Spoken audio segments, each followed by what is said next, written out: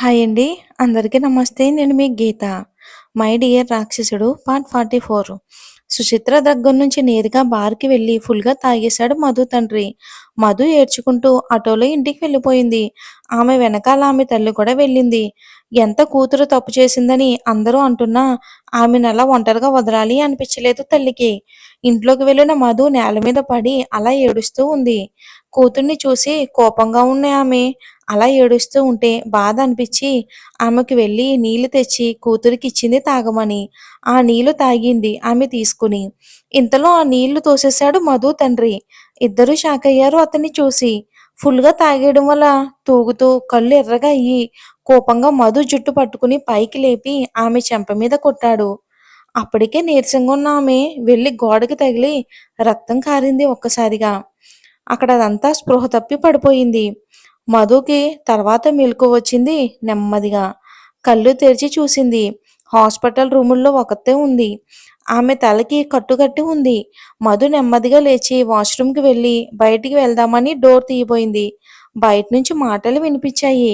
ఆమె తల్లి, తండ్రి డాక్టర్‌తో మాట్లాడుతున్నారు. డాక్టర్, త్వరగా మా అమ్మాయికి అబార్షన్ చేసేయండి. మళ్ళీ అది స్పృహలోకి వస్తే గొడవ చేస్తుంది. ఇన్ని రోజులు తెలిసినా సరే ఉంచుకుందంటే ఇష్టంతోనే ఉంచుకుంది అని అర్థమయ్యింది. పెళ్లి కాని పిల్ల తల్లయ్యి తిరిగితే మా పరువు ఏం కావాలి? మా కోసం ఆలోచించి కొంచెం అబార్షన్ ఏదో చేసేసి పుణ్యం కట్టుకోండి అని అన్నాడు మధు తండ్రి డాక్టర్‌తో. అబ్బా! ఎన్నిసార్లు చెప్పాలయ్యా! అలా ఆమె పర్మిషన్ లేకుండా అబార్షన్ చేయకూడదు అని. నన్ను వదిలేయ్. ఇందాకటి నుంచి నా వెనకే తిరుగుతూ ఇలా ఇబ్బంది పెట్టుకు అని ఆ డాక్టర్ విసుక్కుంది ఆయన్ని. మధు తల్లి ఏడుస్తూ మధు లేచాక చూద్దామండి. ముందు దాన్ని లేవని అని అంది ఆమె. ముందు నువ్వు నోర్మి. ఒక తల్లిగా కూతురు ఎలాంటి పనులు చేస్తుందో తెలుసుకోవా? అని ఆమె మీద అరిచాడు గట్టిగా. ఆమె ఇంక సైలెంట్ అయిపోయింది ఏమీ చేయలేక. మీకు కావాలంటే ఎంత డబ్బు కావాలన్నా ఇస్తానండి. ప్లీజ్ అని ఆ డాక్టర్‌ని రిక్వెస్ట్ చేశాడు అతను. అప్పుడింకా మాటలు మధుకి వినిపించలేదు. అబార్షన్ అనగానే ఆమెకి చాలా భయం వేసింది. ఆమె కడుపు మీద చెయ్యి వేసుకుని, తడుముకుని, వీల్లేదు, నా బిడ్డని నా నుంచి దూరం చేస్తాను అంటే నేను ఊరుకోను.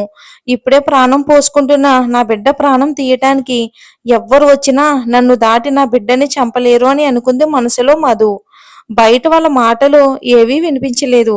డోర్ తీయడానికి ప్రయత్నించింది. ఆ డోరు తెరుచుకోలేదు. బయట్నుంచి గడియ పెట్టి ఉన్నట్టున్నారు. వచ్చి ఆమె బెడ్ మీద కూర్చుంది. ఆమెకి టెన్షన్‌తో చేతులు, కాళ్ళు వణికిపోతున్నాయి. ఏం చెయ్యాలి? ఎలా కాపాడుకోవాలి అని ఆమె టెన్షన్‌తో అలానే కూర్చుంది మధు. కాసేపటికి డాక్టర్ లోపలికి వచ్చింది ఆమె వెనకాలే. మధు అమ్మా, నాన్న కూడా వచ్చారు. హలో మధు, ఎలా ఉంది? మీకు పెయిన్ ఏమైనా ఉందా అని అడిగింది ఆ డాక్టరు. మధు ఏమీ మాట్లాడకుండా భయంగా వాళ్ళనే చూస్తుంది. ఒక ఇంజెక్షన్ ఎక్కించి ఆమెకు చేయబోయింది ఆ డాక్టరు. వెంటనే ఆమె చెయ్యి వెనక్కి తీసుకుంది మధు. ఏమైంది మధు? అని అంది డాక్టర్. ఏం చేస్తున్నారు? అని అంది మధు కోపంగా. సి ఇంజెక్షన్ అని అంది ఆమె మామూలుగా. ఎందుకది? అని అంది మధు. ఇంతలో వాళ్ళ నాన్న ముందుకు వచ్చి, ఏంటే, నీ కడుపులో పెరుగుతున్న ఆ పాపాన్ని కడిగేయాలని అని అన్నాడు అతను. అంతే, ఆ మాటకి అక్కడే ఉన్న సర్జికల్ చాకులు ఉన్న ప్లేట్‌ని వాళ్ళ మీదకి విసిరేసింది. మధు చేసిన దానికి వాళ్ళందరూ సడన్ గా భయపడిపోయారు. అందులోంచి ఒక పెద్ద చాకు తీసుకుంది మధు. ఇంకొకసారి నా బిడ్డని ఏమైనా అన్నా, నా బిడ్డని చంపాలని చూసినా, నా నుంచి దూరం చెయ్యాలని చూసినా ఒక్కొక్కరిని చంపేస్తాను. ఎవరని కూడా చూడను అని అంది ఆమె కోపంగా. చేతిలో ఉన్న చాకు చూపిస్తూ వాళ్ళని దూరంగా ఉంచి బయటికి వెళ్ళిపోయింది మధు ఆ గదిలోంచి. గబగబా పరిగెత్తినట్టే నడుచుకుంటూ హాస్పిటల్ బయటికి వెళ్ళింది ఏడ్చుకుంటూ. అలా వెళ్ళిపోతుంది. అప్పటికే రాత్రి అయిపోయింది. ఎటు వెళ్తుందో ఆమెకే తెలియదు. అలా నడుచుకుంటూ వెళ్ళిపోతుంది. అలా ఒక పార్క్ దగ్గర ఆగింది. ఆమెకు బాగా నీరసంగా అనిపించింది. తలకి ఉన్న కట్టులోంచి రక్తం కొంచెం బయటికి వచ్చింది. ఆ పార్కులోకి వెళ్ళి ఒక బెంచ్ పై కూర్చుంది. అప్పుడు ఆమె కన్నీళ్లకు స్వేచ్ఛనిచ్చింది మధు. ఎక్కడున్నావు కన్నా? నేను చాలా ఇబ్బందుల్లో ఉన్నాను. ఎప్పుడూ కాపాడడానికి వచ్చేవాడివి కదా. ఇప్పుడు మన బిడ్డకి ఆపద వచ్చింది. త్వరగా రా, వచ్చి కాపాడుకో. నా వంతుగా నేను చేశాను. ఇంక నువ్వే నాకు నా బిడ్డకి రక్ష అని అనుకుని ఏడుస్తూ ఆమె బాధనంతా బయట పెట్టుకుని ఏడ్చింది మధు. కాసేపటికి ఆమె కొంచెం స్థిమితపడి చుట్టుపక్కల చూసింది. పిల్లలు ఆడుకుంటున్నారు. అప్పుడు ఆమెకి చిన్ని గుర్తొచ్చింది. చిన్ని, చిన్ని, ఏమైంది? అందరం అక్కడే ఉంటే తన ఇంట్లో ఒకతే ఉందా ఏంటి? అసలు ఇంట్లో ఉందా లేదా అని భయం వేసింది మధుకి. ఎందుకంటే ఆమెను ఆమె అమ్మా నాన్న అన్న మాటలు, ఆమె బిడ్డని చంపాలి అనుకున్న విషయం చిన్నికిని ఏమైనా అన్నారా అని మళ్ళీ అనుకుంది. ఎందుకంటే ఇప్పుడు ఆమె ఎవరిని నమ్మాలి అనుకోవడం లేదు. వెంటనే అక్కడి నుండి ఇంటికి బయలుదేరింది. ఒకవేళ అక్కడ అమ్మ నాన్న ఉంటే మళ్ళీ నా బిడ్డకి ఏమైనా హాని చేస్తారేమో అనుకుని ఒక్క సెకండ్ ఆగింది. మళ్ళీ ఆమె నా బిడ్డని కాపాడుకోవడానికి నేను ఎంతకైనా తెగిస్తాను అని అనుకుని మళ్ళీ ఇంటికి పయనం అయ్యింది మధు. వెళ్ళేటప్పుడు ఒకరికి ఫోన్ చేసి ఇంటికి రమ్మని పిలిచింది. ఇంటికి వెళ్ళేసరికి చిన్ని బయట స్కూల్ బ్యాగ్ పక్కన పెట్టుకుని హోంవర్క్ రాసుకుంటుంది, తాళం వేసిన ఇంటి ముందు. పరీక్షలు అయిపోయినా కూడా ఆమె రోజు ట్యూషన్కి వెళ్తుంది. ఆమెను అలా చూడగానే మధుకి మనసు బాధతో మూలిగింది. వెంటనే గేట్ తీసుకుని లోపలికి వెళ్ళింది. మధుని చూసిన చిన్ని లేచి ఆమె దగ్గరకు వచ్చి, అక్క, నీకు దెబ్బ తగిలిందని హాస్పిటల్లో ఉన్నావని పక్కింటి ఆంటీ చెప్పారు. ఇప్పుడు ఎలా ఉందక్క? నువ్వు ఒక్కదానివే వచ్చావేంటి? ఆంటీ అంకుల్ ఏరి అని అంది చిన్ని. నేను బానే ఉన్నా చిన్ని, ముందు లోపలికి పద. ఎప్పటి నుంచి ఉన్నావు బయట అని అంది మధు. సాయంత్రం వచ్చానక్క ట్యూషన్ నుంచి అని అంది చిన్ని. మధుకి బాధ అనిపించింది. సాయంత్రం నుంచి చిన్ని బయటే ఉంది అని. ఇద్దరు లోపలికి వెళ్ళి కూర్చున్నారు. హాల్లో అంతా వస్తువులన్నీ చిందరవందరగా పడి ఉన్నాయి. మధ్యాహ్నం జరిగిన గొడవకి గుర్తుగా మధు లేచి ఇల్లంతా సర్దడం మొదలుపెట్టింది. ఆమెతో పాటు చిన్ని కూడా సర్దుతుంది. మధు ఆలోచిస్తుంది. చిన్ని, ఏమైంది అక్క అని ఒక్క మాట కూడా అడగడం లేదు. గోడకు అంటుకున్న రక్తాన్ని తడిగుడ్డ తెచ్చి తుడుస్తుంది. ఈలోగా మధు అమ్మ నాన్న వచ్చారు. ఇక్కడున్నావా మహారాణి? నువ్వేమైపోయావో అని మీ అమ్మ తెగ భయపడిపోతుంది అని నూతులు చెరువులు వెతికి రైలు పట్టాలన్నీ చూసి ఇక్కడికొచ్చాం. చూసావా, నీ కూతురేమి చావదు, సిగ్గు లేకుండా ఇక్కడే ఉంది చూడు అని అన్నాడు మధు తండ్రి. నేనెందుకు చావాలి నాన్నా? ప్రేమించాను, పెళ్లి చేసుకున్నాను, మీకు చెప్పకుండానే చేశాను. మీకు చెప్పకపోవటం నేను చేసిన తప్పే, ఒప్పుకుంటాను. అంతేకాని నా ప్రేమ, నా పెళ్లి తప్పు అంటే నేను ఒప్పుకోను అని అంది గట్టిగా మధు. మధు అమ్మ ఆమె ముందుకు వచ్చి, మరి నీ గురించి అన్న మాటలు అని అన్నారు. నువ్వేదో అందరితో ఉన్నట్టు ఏదో చెప్తుంది ఆ అమ్మాయి. ఎందుకు అలా చెప్పింది? నాకు తెలుసు నువ్వు తప్పు చేయవని. ఇందులో ఏదో ఉంది. ఆ అమ్మాయి, అదే ఆ సుచిత్ర, మిమ్మల్ని ఎందుకు ఇంత తొందరగా ఇక్కడికి రమ్మని కబురు పెట్టింది, నిన్ను అన్ని మాటలు అనేసి పంపించింది అని అంది మధు తల్లి. దానికి సమాధానం నేను చెప్తాను అని అంది అప్పుడే అక్కడికి వచ్చిన వసుధ. వసుధని చూసిన మధుకి కొంచెం ధైర్యంగా అనిపించింది. ఏమి జరిగిందో నేను చెప్తాను. మధుది తప్పేమీ లేదు. నా మేనల్లుడు తొందర పెడితేనే ఆమె పెళ్లి చేసుకుంది. మీకు చెప్పకుండా పెళ్లి చేసుకోవడం తప్పే. దానికి కారణం కూడా ఉంది. అది నా కూతురు వల్లనే అని అంది వసుధ. మీ కూతురు వలన అని అంది మధు తల్లి ఆశ్చర్యంగా. అవును, నా కూతురు బయటికి కనిపించినంత మంచిదేమీ కాదు. అసలు మనిషే కాదు నా దృష్టిలో. కన్న తల్లినే ఇలా ఈ స్థితికి తీసుకుని వచ్చింది అని అంది వసుధ ఆమె వీల్ చైర్ ని చూపిస్తూ. ఇద్దరూ ఆమె ఉన్న పరిస్థితికి సుచిత్ర కారణమా అని ఆశ్చర్యపోయారు. అయినా ఒక తల్లి తన కూతురు గురించి ఇలా చెప్తుంది ఏంటి అని ఇద్దరు ఒకరు మొహాలు ఒకరు చూసుకున్నారు ఆశ్చర్యంగా. మీకు ఆశ్చర్యంగా అనిపించొచ్చు, కూతురు గురించి ఇలా చెప్తుంది ఏంటి అని.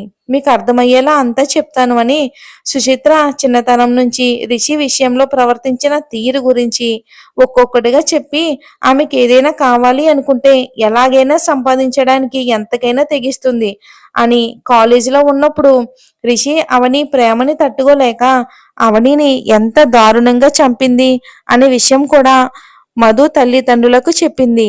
అదంతా విని ఒక్కసారిగా వాళ్ళు భయపడ్డారు. అందుకనే నా అల్లుడు మీ అమ్మాయిని చాటుగా పెళ్లి చేసుకుని ఇక్కడికి తీసుకుని వచ్చాడు. తర్వాత అందరికీ పరిచయం చేద్దాం అనుకున్నాడు. కానీ అప్పటికే నా భర్తకి తెలిసిపోయింది. నా కూతుర్ని ఇక్కడికి తీసుకొచ్చి నా తండ్రిని నన్ను చిత్రహింసలు చేసి నన్ను ఈ స్థితికి తీసుకొచ్చారు. నా తండ్రిని కూడా చంపేసింది అంటూ ఏడ్చింది వసుధ. అంతా విన్నా ఆళ్ళిద్దరికీ దిమ్మ తిరిగిపోయింది. మధు తల్లి తన కూతురు దగ్గరకు వచ్చి, అంటే నా బిడ్డను కూడా ఆమె చంపేస్తుందేమో! ఎందుకే మనకి ప్రేమలు అని అంటూ మధుని పట్టుకుని గట్టిగా ఏడ్చింది మధు తల్లి.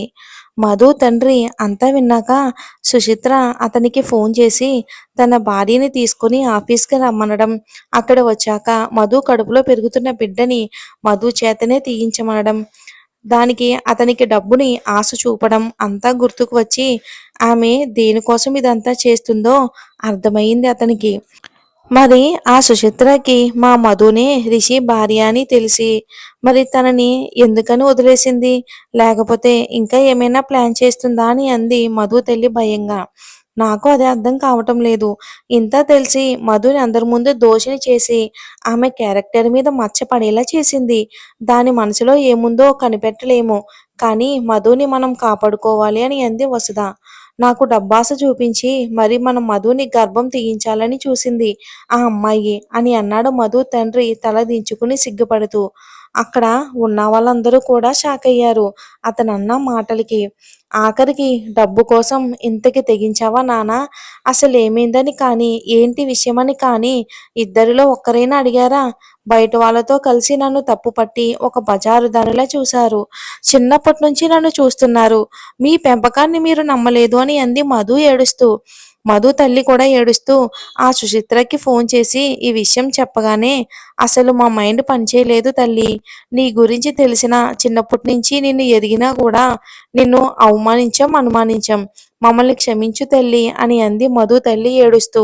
అయినా డబ్బు ఇచ్చి మరీ ఆమె ఇలాంటి పని చేయమంది అంటే దాని వెనుక ఆమె హస్తం ఉంది అని ఆ మాత్రం తెలుసుకోలేవా? వెధవ డబ్బు కోసం ఎంతకైనా తెగిస్తావా? ఆ తాగుడు కోసమేగా, కొంచెం ఉంటే మమ్మల్ని కూడా అమ్మేసైనా నువ్వు నీ తాగుడికి పెట్టుకుంటావు అని భర్తని తిట్టింది మధు తల్లి. అతని మాటలకి సిగ్గుపడి మధు కాళ్ళ మీద పడి, నన్ను క్షమించి తల్లి. నేను చేసిన అప్పులు తీర్చడానికి నువ్వు ఇంత దూరంలో ఉండి కష్టపడితే నిన్ను నీ బిడ్డని నేను చంపడానికి కూడా వెనుకాడలేదు. నన్ను క్షమించు తల్లి. నన్ను ఏమి చేసినా పాపం లేదు. నన్ను చంపేయండి. నేను ఈ భారం మోసుకుంటూ బ్రతకలేను అని ఆ సుచిత్రకి నాకు పెద్ద తేడా లేదు అని ఏడుస్తూ మధుని అడిగాడు ఆమె తండ్రి. నాన్న ఏంటి మీరు చేస్తుంది? లేవండి ప్లీజ్. మిమ్మల్ని ఆ సుచిత్రతో అస్సలు పోల్చుకోకండి. ఆమెది పంతం, సైకోతనం. రిషిని దక్కించుకోవాలని ఆమె చేసే పాపాలు ఎవరే అని చూడకుండా సరే ఆమె తప్పులు చేసి మనుషులను కూడా చంపుతుంది. మీవి దురలవాట్లు. డబ్బుంటే మీ తాగుడికి మీ అలవాట్లకు డబ్బు కోసమే ఆలోచించారు. అంతే నాన్న, మిమ్మల్ని మీరు తక్కువ చేసుకోకండి అని అంది మధు వాళ్ళ నాన్నని గట్టిగా పట్టుకుని ఏడుస్తూ. ఇద్దరూ కూడా ఒకరినొకరు గట్టిగా పట్టుకుని ఏడ్చేశారు ఇద్దరు.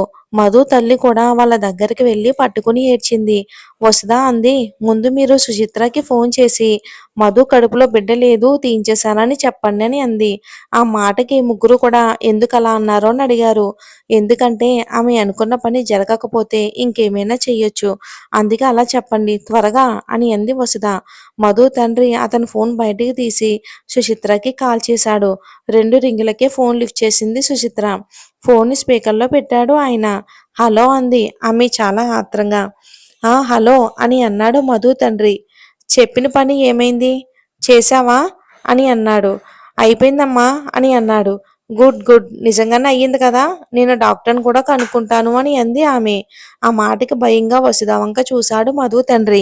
ఏం కాదు, నేను చూసుకుంటా అన్నట్లు కళ్ళతో సైగ చేసింది వసుధ.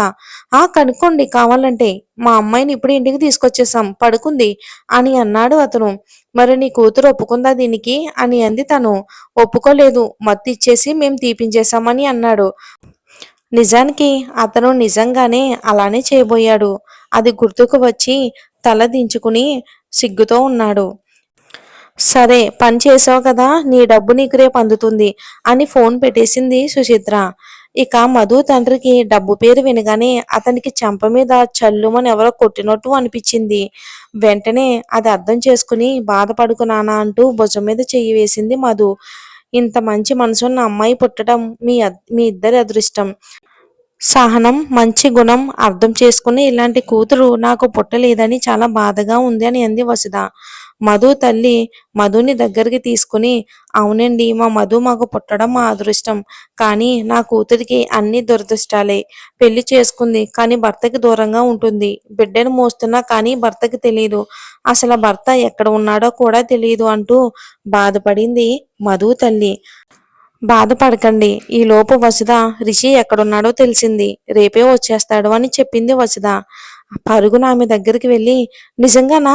నిజంగానే రిషి ఎక్కడున్నాడో తెలిసిందా అని అంది మధు ఆనందంగా కళ్ళు నిండిన నీళ్లతో. అవును తల్లి అని అంది వసుధ మధు తల నిమురుతూ. మరి రిషిని తర్వాత ఎపిసోడ్లో తీసుకొచ్చేస్తున్నా. మీకు ఎపిసోడ్ ఎలా అనిపించిందో ఏమనుకుంటున్నారో నాకు కామెంట్ రూపంలో తెలియచేయండి. ఒక్కొక్క కామెంటు ఒక్కొక్క డైమండ్ నా దృష్టిలో. Thanks for watching.